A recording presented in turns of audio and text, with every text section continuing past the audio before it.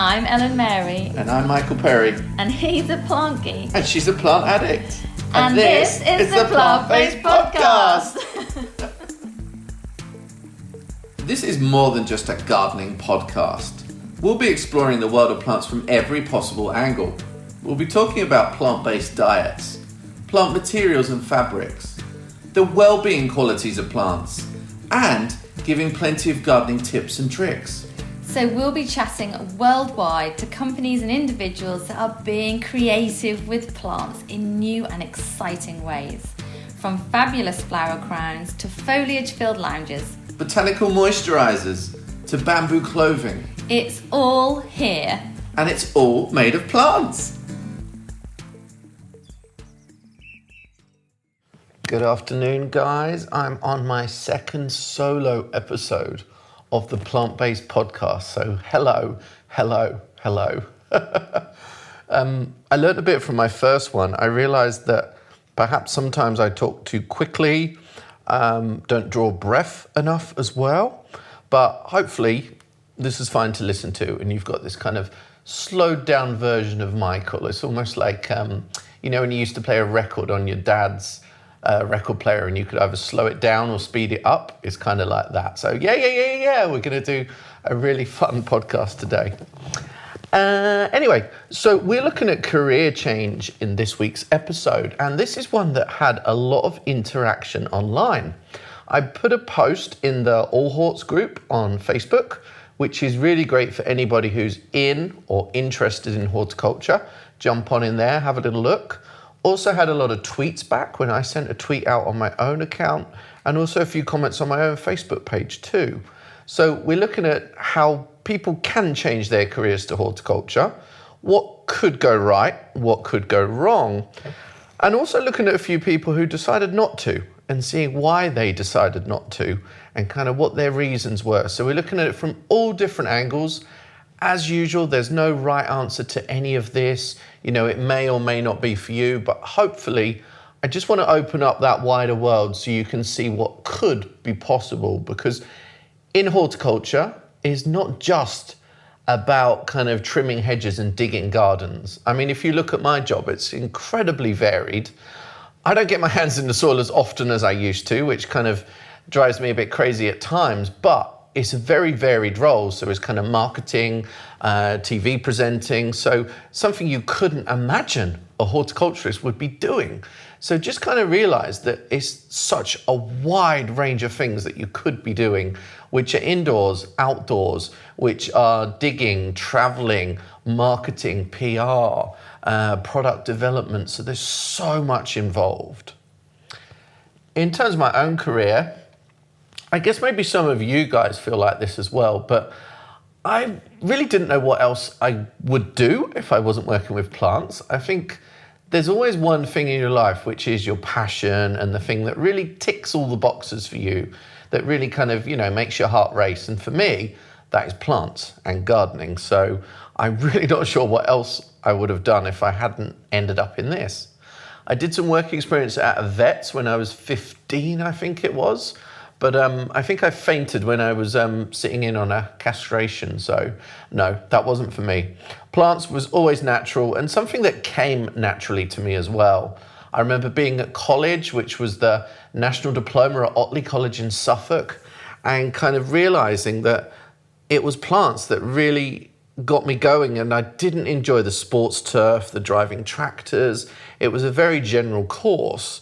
But it was the plants that came really naturally to me, and I could do it so easily as well, which was great. I was excellent in plant identification classes, drove everybody else crazy. I felt like such a square, but that was my thing. So thank the Lord I work in plants, because I'm really not sure what else I could do. Pretty useless outside of plants. I can't even boil an egg very well, so there you go. And I always put the wrong things in the washing machine. Putting wools with cottons, all of that craziness. Can't be doing with it. Anyway, but there's a part of education that I feel that I missed myself over the years. And I'm actually going to confess this to you guys right now, because my career's been very, very odd. So I basically grew up with my grandparents kind of growing lots and lots of plants. They were exhibiting at local flower shows. They were also judging at the shows, obviously different ones that they were exhibiting in. But it was a very kind of a real horticultural childhood that I had. They had very big garden, glass houses. They were growing for the markets as well. I joined the WI market when I was 12, which has been much documented nowadays as well. I think I was the first male member, or the first young male member, actually. And when I got to 18, I then joined Thompson & Morgan, and Thompson & Morgan is a mail order plant company. So there, it was kind of a lot of marketing, product development, PR. So it wasn't really the practical side. So obviously I'd grown up with the practical side, had a kind of everyday plant knowledge, did the very general course in National Diploma in Horticulture, but I now have been freelance for 4 years, and I realised there's a big gap in my knowledge, and that is the kind of botany side of stuff. So I don't truly understand a lot of the botanical side, even though I know these plants very well as a product, also as a plant that they would grow in your garden, kind of how to care for them. But kind of the botanical makeup is something I've really got missing.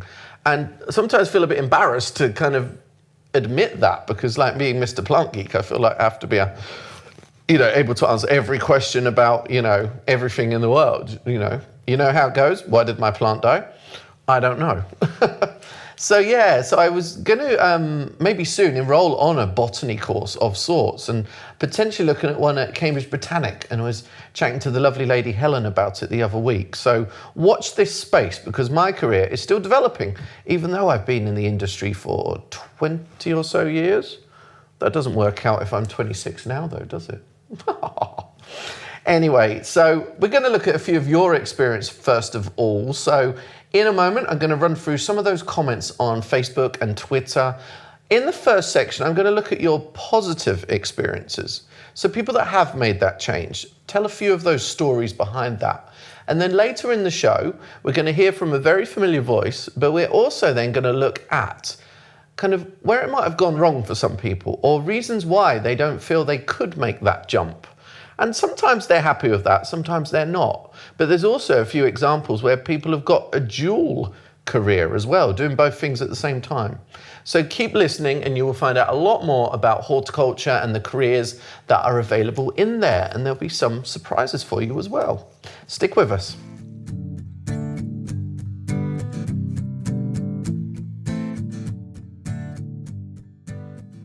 So let's look at a few of your comments on Facebook and Twitter. I had a particularly good response from the All Horts group on Facebook. So thank you to everybody in that group who replied to my message. I was overwhelmed by the amount of replies that were mostly positive and gave examples of people that had those kind of career changes as well. So let's run down that list. So these are people who've had a successful move into horticulture of some form or another.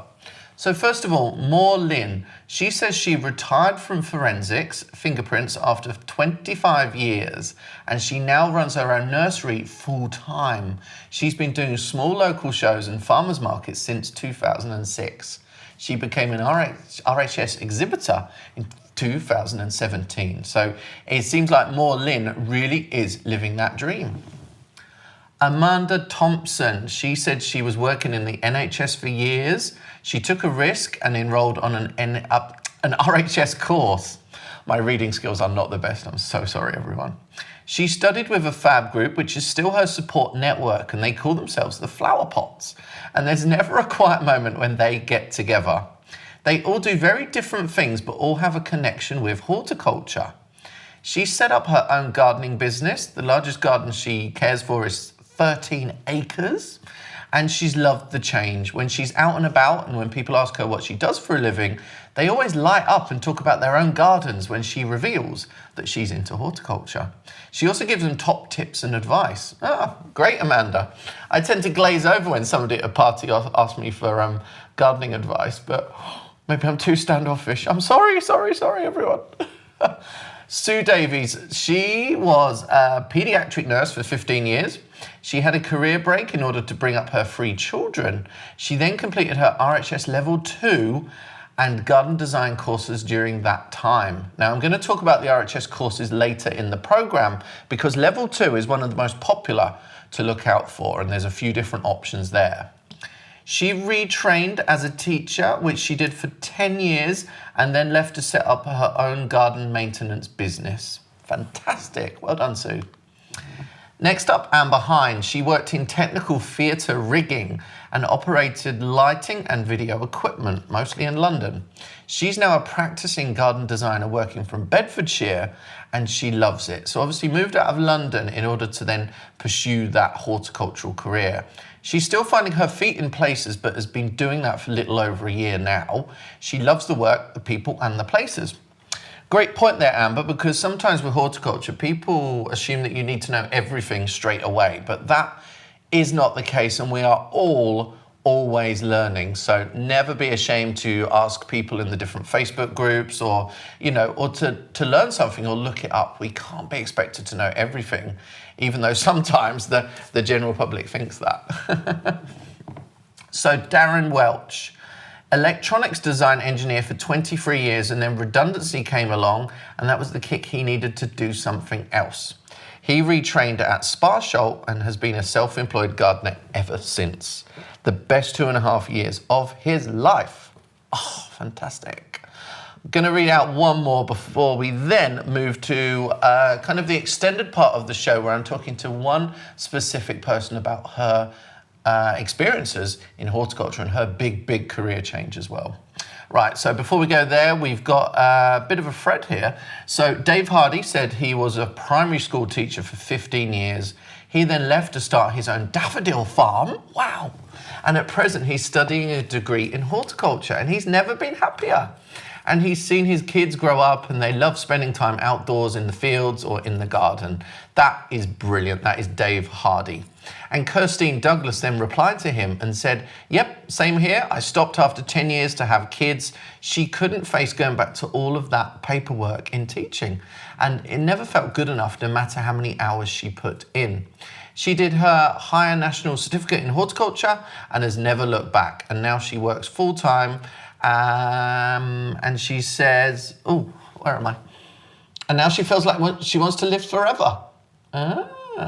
And she adds a piece there that she asked for a job gardening when she was 17, but was turned away. And she had the feeling it was because she was female.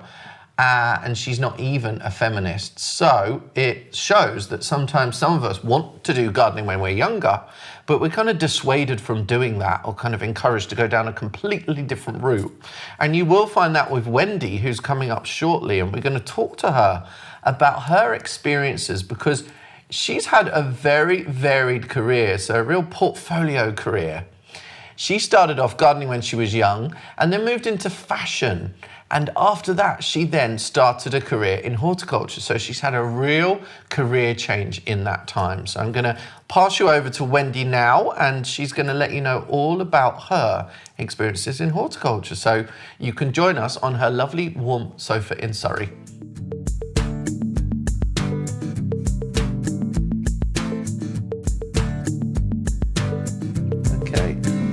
I'm here in this week's episode because we're looking at career changes and people that have changed career from something very, very different into horticulture. And I'm always very interested in those because very often they are so varied, and sometimes the route into horticulture wasn't always smooth, or perhaps the person had everybody around them kind of saying, no, don't do that, or don't do this. So this week, I'm talking to my friend Wendy, who I first met when she worked at Clifton Nurseries. She's now at Chelsea Physic Garden. And we just came back from the perennial party. We did. And we're sitting in your lounge, and it's so warm and cosy, and just even the estate you live on is so idyllic. Thank you. We've got the fire on. Thank you for inviting me into your home. My pleasure. We're going to talk to you about career changes. And you've told me this is your first podcast interview as well. Very first podcast. Yeah? I listened. Is that why you look so nervous? I'm terrified. No. You're scaring. It's because we're sitting quite close together. It's because we've been really sensible, and usually we're just messing around all the time, aren't we? I know. Can I also say I've got a bad cold, so... Oh, okay. Just, disclaimer. So you think you sound really husky and... I'm hoping husky mama. Yeah. So now you work in horticulture, but you haven't always worked in horticulture. You've had quite a illustrious career, haven't you? Well, have I? I don't know. I think so. I'm very proud of myself, but it wasn't plain sailing to get where I am. So you're working in horticulture now, but take us right back. So in your childhood, were you involved with plants? Was there some sort of seed that was planted? Oh, I like Get what my you pun. did. Get what you did there. Well, I mean, my parents would garden, and I would make the classic little miniature gardens that you make when you're small. Garden on a plate? Maybe. No. I don't meet people very often who've done that before. Mini gardens. I used to do that at the local flower shows. Did you? Yeah. Oh, you're very cute. They need to bring that back. They do need to bring that back. Maybe we should. Yes. Plan hatching. Anyway, Yeah. watch this space. So didn't really think about horticulture at all.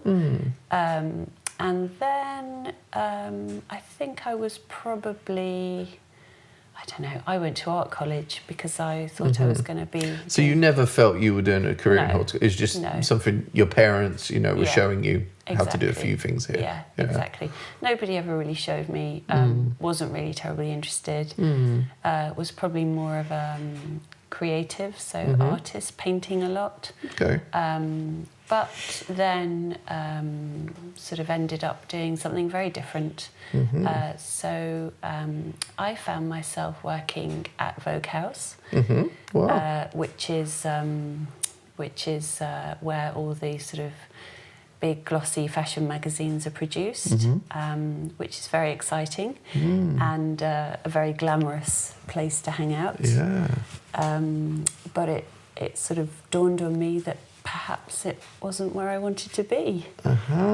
So when you were there, were you then, gardening on the side at the weekends, or? So I think by that stage I'd discovered a love of gardening. So that sort of was slowly creeping into my life.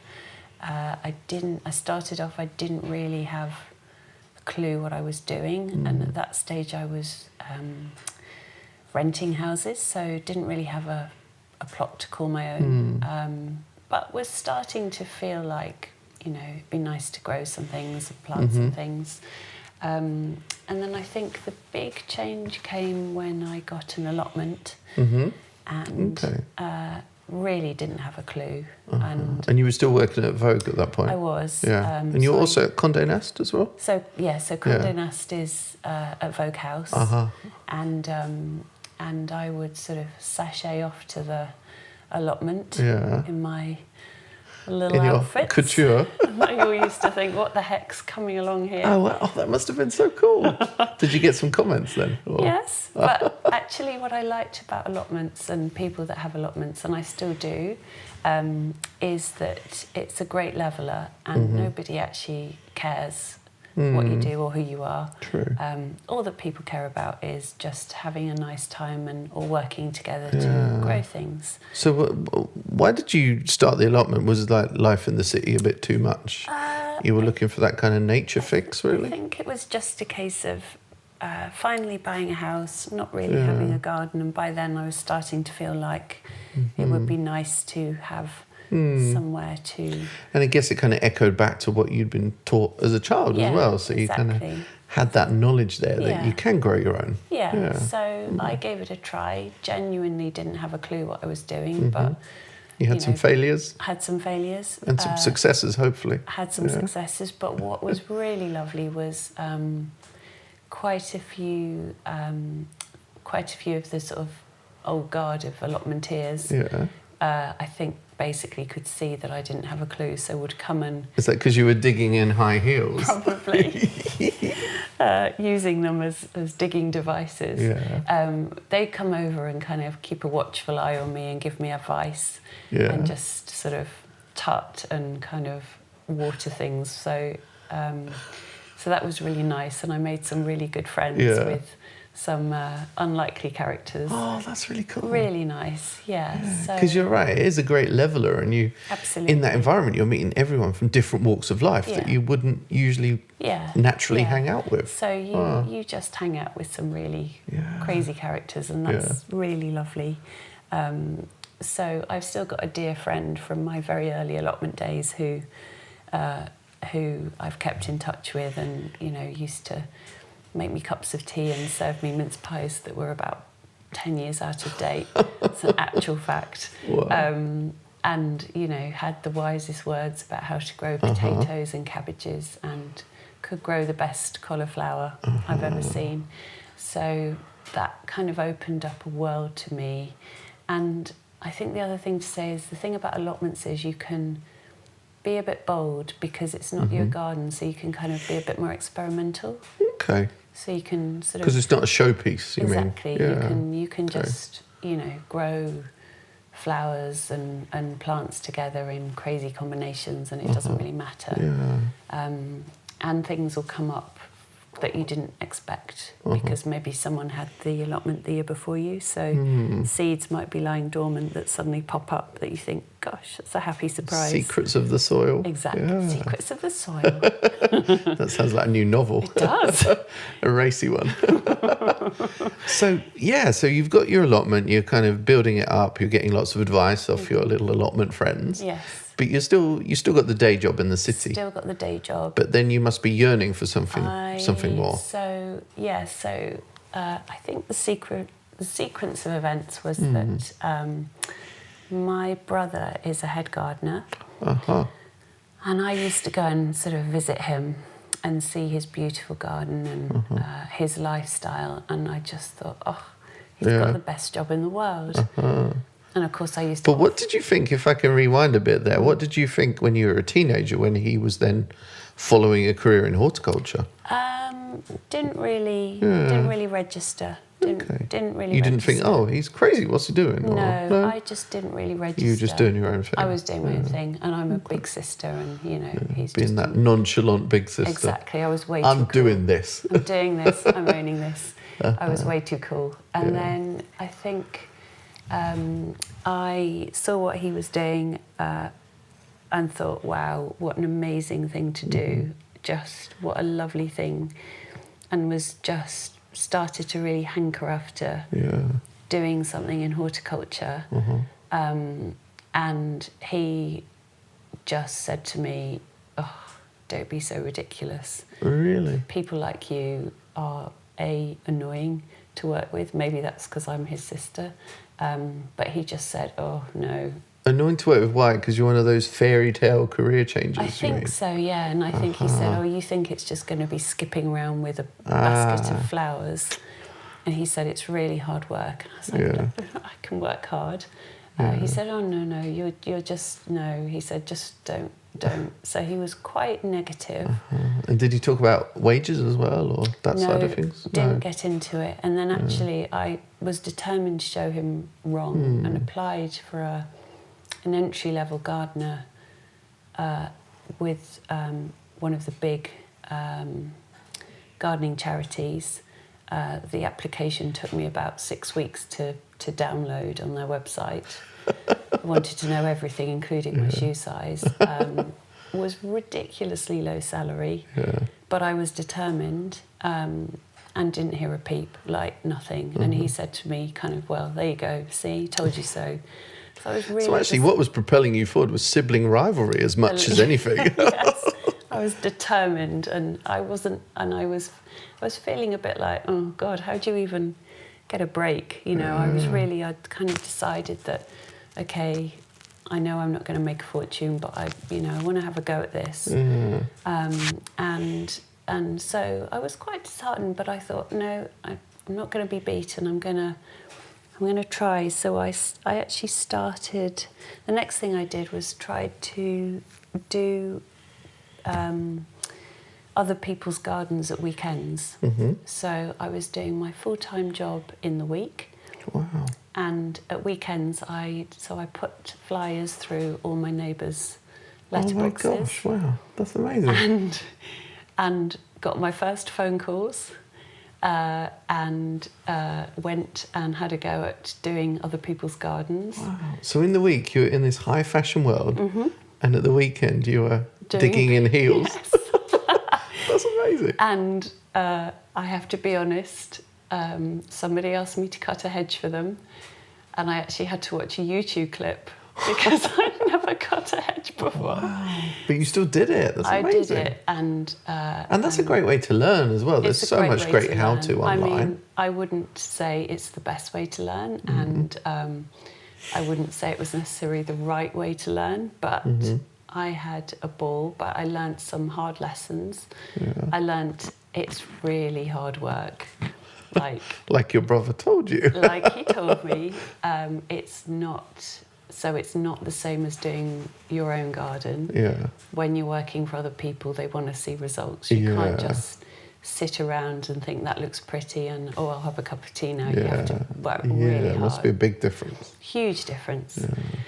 So after a few sort of weekends of feeling very sore but pleased, I was really loving it. I thought, I'm perhaps a bit old to be getting into this type of gardening. So I thought, there's got to be another way. And thought, I know what I'll do. I'll take the skills I've got and see if I can move into the horticultural arena to kind of itch that scratch. So I set about looking for a job in horticulture, but maybe not quite as hands-on, because I learned that actually it's quite hard work. Yeah. But also, horticulture doesn't have to mean digging a garden. There's so many different roles in it, Exactly. from what I do, what you do, kind of marketing, PR, everything that encompasses it. So, and I had no idea. It was such a broad area. Of course, I do now, but at the time, no idea. I guess a lot of people are in the same shoes as you. Yeah. So I the next thing I did was to start to apply for jobs in the horticultural world. Was interviewed for a job, a very small, posh garden centre where I believe we met. Right, I got down to the final two. Was this the first job you applied for? No, I'd applied for a few, and I sort of had a few kind of people I was talking to, but was having various success. And then was actually turned down for that job by the people interviewing me, and then was kind of getting places. I was sort of getting more. It was quite hard work and quite slow because I didn't have any experience. So they must have thought they must be looking at your CV and thinking. Exactly, I think they were thinking, "Who's this lunatic looking fabulous?" How did you explain that away then? It was hard, and I think if I think back, I genuinely was winging it a bit and not really. I wasn't really sure, but what I was determined. You were following your dream. I was, and I knew I had to do it. And then I got a random call one day, and it was the guy who'd previously turned me down, and he said, "Oh, do you remember me?" And I said, "Oh, vaguely." I was trying to be cool. Yeah. And he said, "Well, I interviewed you a couple of years ago, and I didn't want to employ you then, but I might have something that's of interest now. So shall we talk?" So that was Matthew Wilson. Yeah. And we talked, and I pretended I didn't remember him, but clearly I did. And he offered me a job at Clifton Nurseries. And it was the best thing I ever did. So why the change? Why? So why? How come he wasn't ready for you previously? So I don't know. Maybe he just realised. Maybe it was, maybe he just had a feeling. The role he offered me in the end was probably more about PR and marketing than anything. But linked to plants. Yeah, so it's slightly different to the original role I'd applied for. But actually, what it helped me do was prove to him that I did have that passion and I could do what he needed me to do. And so I stayed there for 6 years and really loved it and learned so much. Yeah, and when I first met you there, I was quite taken with how you kind of blended your fashion heritage with what you were doing there in terms of then, I don't know, like the displays, or you'd have like photo shoots there, and kind of that blend of worlds really benefited Clifton Nurseries in being kind of a little bit more kind of fashionable as a location. And of course, that coincided with plants and horticulture becoming more popular as well. Yeah, And I think it's all, for everything sort of takes its inspiration from nature almost, doesn't it? And when the worlds collide, and they can collide, I think it's brilliant. So I know. So what would be one of your highlights from Clifton? Oh, goodness the Clifton me. stage of your Oh, goodness me. career? I mean, quite early on we had a pretty amazing party for a big fashion brand. And You got to name drop a few people here, please. So let's just say it was a pretty big shoe brand, high-end fashion, not easy to walk in. And they pretty much needed every single plant in the nursery to be moved. Brought in ridiculous amounts of cut flowers, huge displays of cut flowers. Turned the place around, did a ridiculous amount. It was a nightmare, but actually the result was, lots of coverage in the Evening Standard and all the glossy magazines, and huge amounts of PR, which then drove interest in the garden centre. So it all came full circle. So so you were able to utilise a lot of your previous contacts. Exactly. Which is fun. Yeah, really fun. I also really enjoyed helping Matthew on a couple of Chelsea Flower Show gardens. Okay. So that was really interesting. But I think the nicest thing has been just meeting some of the really lovely people who are involved in horticulture. Not just you, but there are so many nice people, and it's a really kind and welcoming industry. You didn't feel that people treated you any differently because you didn't have any formal qualification in horticulture? I don't think so, no. That's good. I think but I think you sort of, once you get into it, it's fine. It's just the breaking into it that is the challenge. So I think you just have to be quite determined and determined to persevere. And even though you're bringing fresh ideas, they were ready to embrace that, because sometimes horticulture is seen as, we don't like new ideas. We're not very quick to embrace those. You just have to, I think you just have to keep trying and keep pushing. And I think, just like so many other things, you have to, the world is evolving and people's tastes are evolving, and social media is helping to share new ideas. So, I think it doesn't happen overnight, but you can get there. Wow. So that's one facet of horticulture you've worked in, and then after that you moved on to another location, which is quite a prestigious location as well. Yeah, so I went from... So I moved from Clifton Nurseries to the Chelsea Physic Garden, which is where I am now. Oh, that must be a dream role. It's pretty good, yeah. It's a very... I sometimes pinch myself and think, wow, how did I manage to get here? And tell us about your role there. So you're commercial director. Commercial director. So I look after a team that deliver the income that supports the garden, which is a charity. The garden's been there for 350 years and is beautiful, right on the edge of the Thames in London. And so I look after things like the private events, the shop, the membership, marketing, PR, and a few other aspects. It's quite a long list, obviously not all single-handedly. That's so cool, because you've managed to change your whole career within the span of what, maybe 15 years? 10, 15 years? Probably 10 years. That's incredible. Yeah. You know, so you're on one career path in that direction, and suddenly you managed to switch it to that, and that's so inspirational. Thank you. Yeah.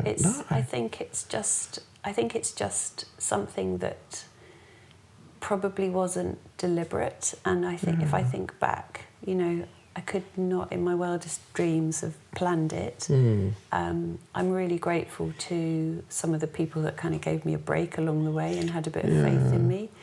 But they must have seen a passion in you and a kind of willingness to learn as well. Yeah, or maybe they just gave up trying. They just relented. I think that's amazing. So if for any listeners you'd have some advice, because a lot of people are probably out there now sitting in a job they're not necessarily happy in, probably, you know, looking out of a window from a desk, a dreary day outside, and wondering like, how can I really have a job that I want in horticulture? And that doesn't have to be being a head gardener or being a garden designer. It can be marketing, PR. It can be so multifaceted. Definitely. What would be your tips of, you know? I would say, I think, you know, maybe put your toe in the water.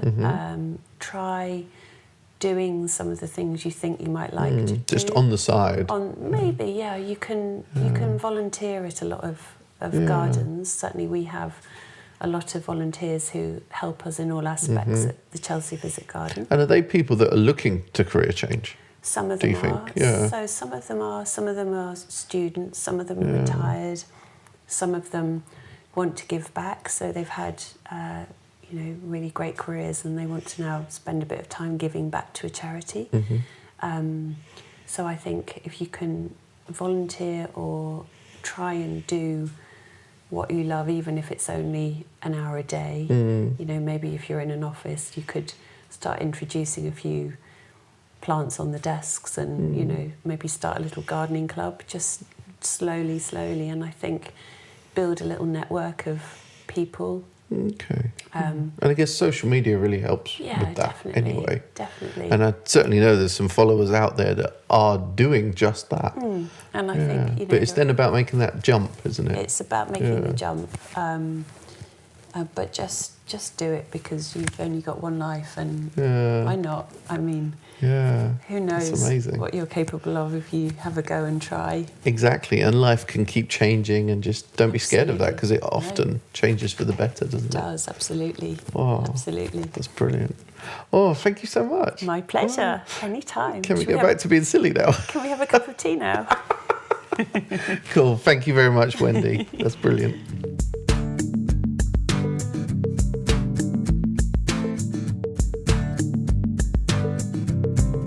So there you go, Wendy's wonderful and quite fascinating story there.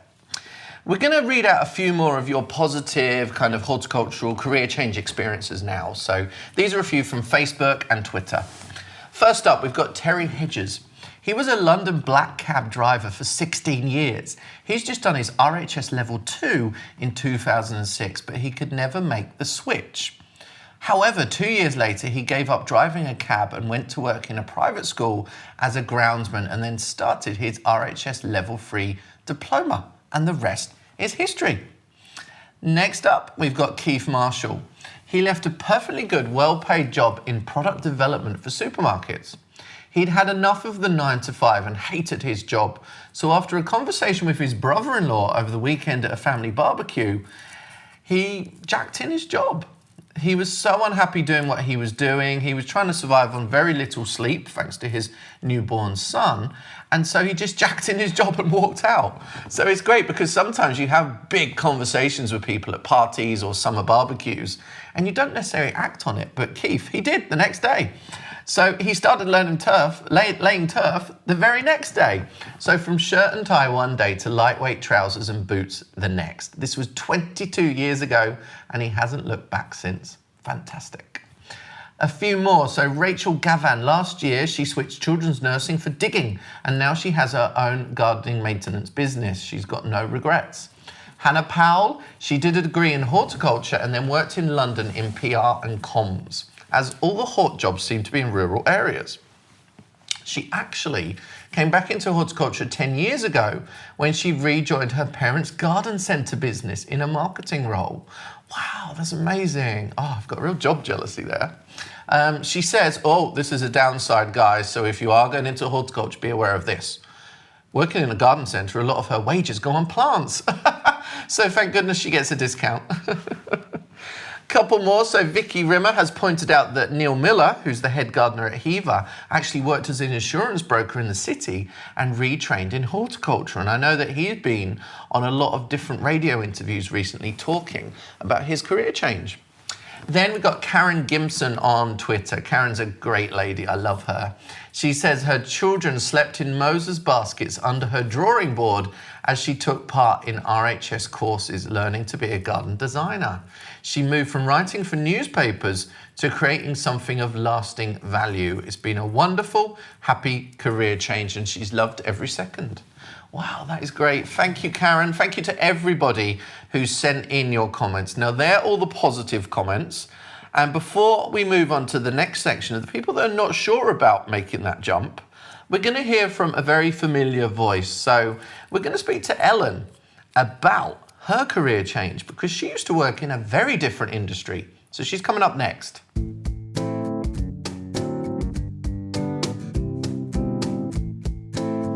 Hi everyone, here's that familiar voice. Yep, it's me, Ellen Mary, the other half of the Plant-Based Podcast. You know, this particular podcast episode, all about career changing into the world of horticulture, is super close to my heart because I have been a gardener my whole life. So since I was tiny, I've loved plants and being with nature. And I was told when I went to see my careers teacher, you know, when I said I love plants, she basically dismissed it and told me I could be a nurse or a teacher. So, you know, I didn't know back then that there were careers in horticulture waiting for me. So I ended up working in HR and business management. And I had a really rewarding career and I really enjoyed it. And I met some amazing people and I've still got friends that I met 20 plus years ago who are super great. I've brought skills and experiences into what I do now in horticulture. But when I hit 30, I just realised that life's a bit too short to not be doing something you're really, really passionate about. And quite frankly, men in suits just didn't do it for me. So I decided to leave my job. I was doing maintenance gardening on the side anyway, and I'd been doing that for years and years. I'd always been gardening, like I said, so it kind of wasn't a massive change. And I ended up quitting. I took my certificates with the RHS, and I have never looked back since. So that's how my career changed, if you like. It was just a moment in time, and I just thought, you know what, enough's enough. You have to do what you're really passionate about. And gardening is good for the planet, it's good for the soul, it's good for the mind, it's good for the body, and I just absolutely love it. So if you are considering a change of career into horticulture, then I simply cannot express how amazing it will be, how much you will love it. It's really hard work, but it is just so enjoyable, and the careers out there are they're just vast now as well. So you don't have to, you know, be outside in the garden all the time if you don't want to. If you've got skills that you've learned in a prior career to bring into horticulture, then you could perhaps do something else. So I do loads of writing, I do tons of copywriting, loads of ghostwriting, lots of marketing, lots of talks. I have a radio show, of course, there's podcasts, amongst many other things. So really the opportunities are endless in horticulture. So I love it, and good luck if you decide to take the leap too.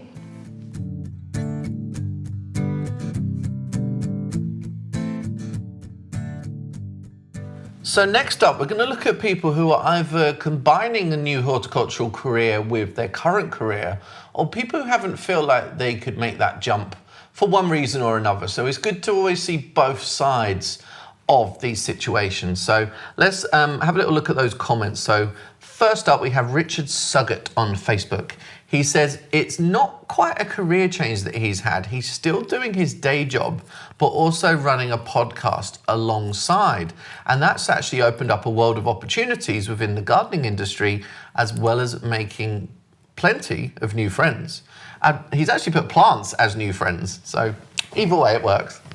Jenny Sutcliffe said, this is a great topic. She's looking to change her career after 20 years in banking and IT. She wants to be closer to nature and part of the solution for the climate crisis rather than part of the problem.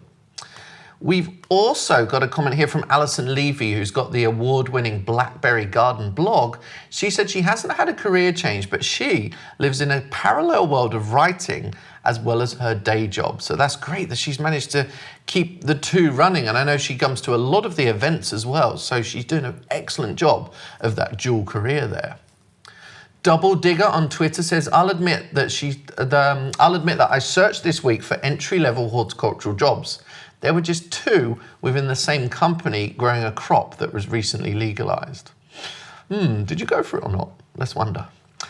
Reese on Twitter says, currently a student at Winterbourne, studying an RHS Level 2 certificate in practical horticulture, so that when he's ready, he can then make that career change.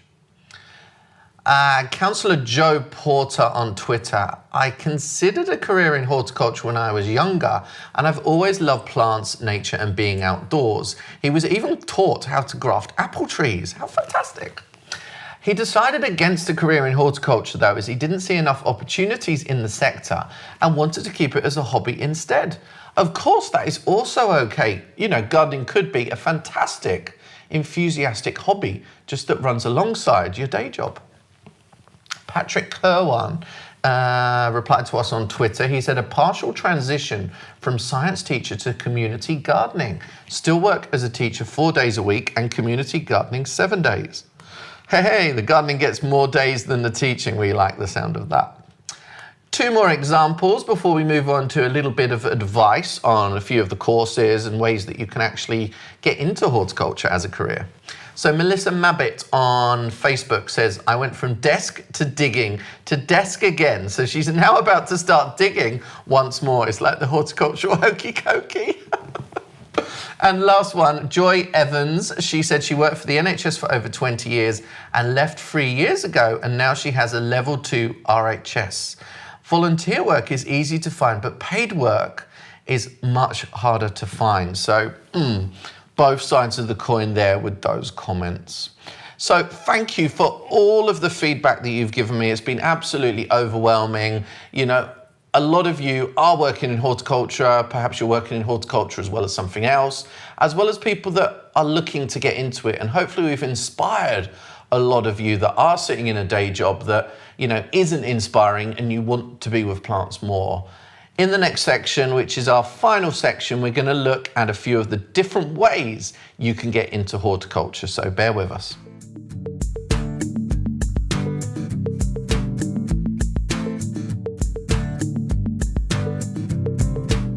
So if you're looking to get into horticulture, where can you study? How can you do that?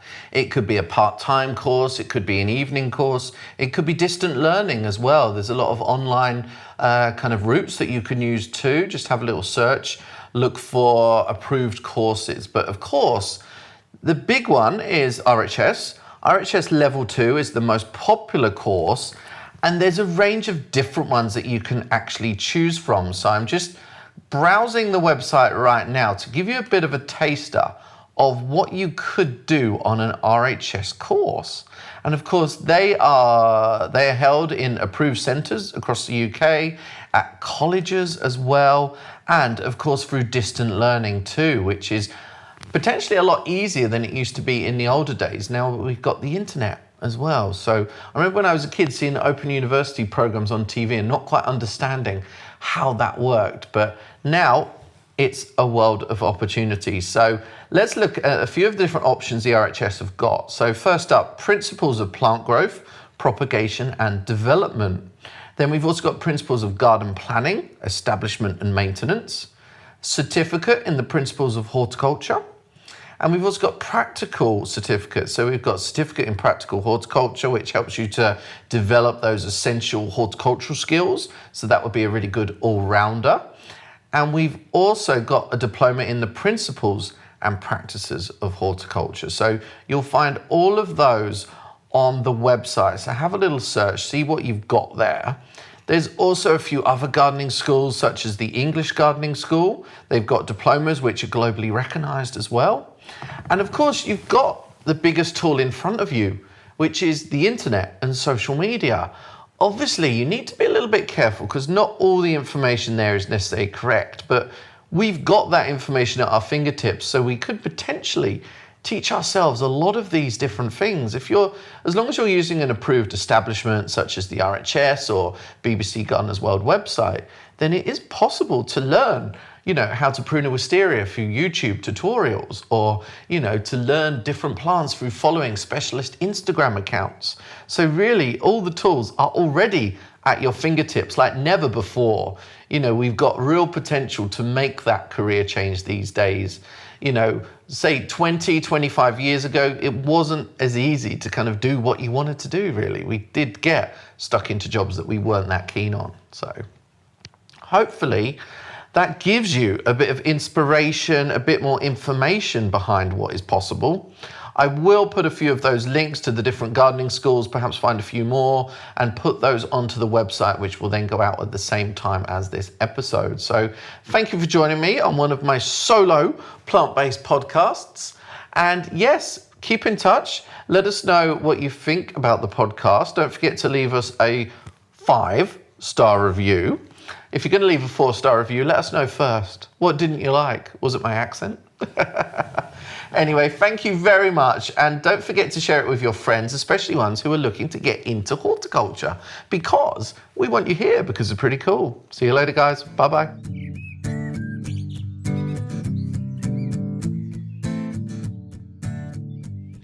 Thank you so much for listening to this episode of the Plant-Based Podcast. Have a browse of the rest of the library or hop on over to the website, which is theplantbasedpodcast.net. You'll also find our social media links. Please connect with us and let us know about any plant-based projects that you think we should be covering on the show. And make sure you subscribe to our podcast so you'll be the first to hear the next episode. We're releasing once a fortnight. So until next time, enjoy the world of plants.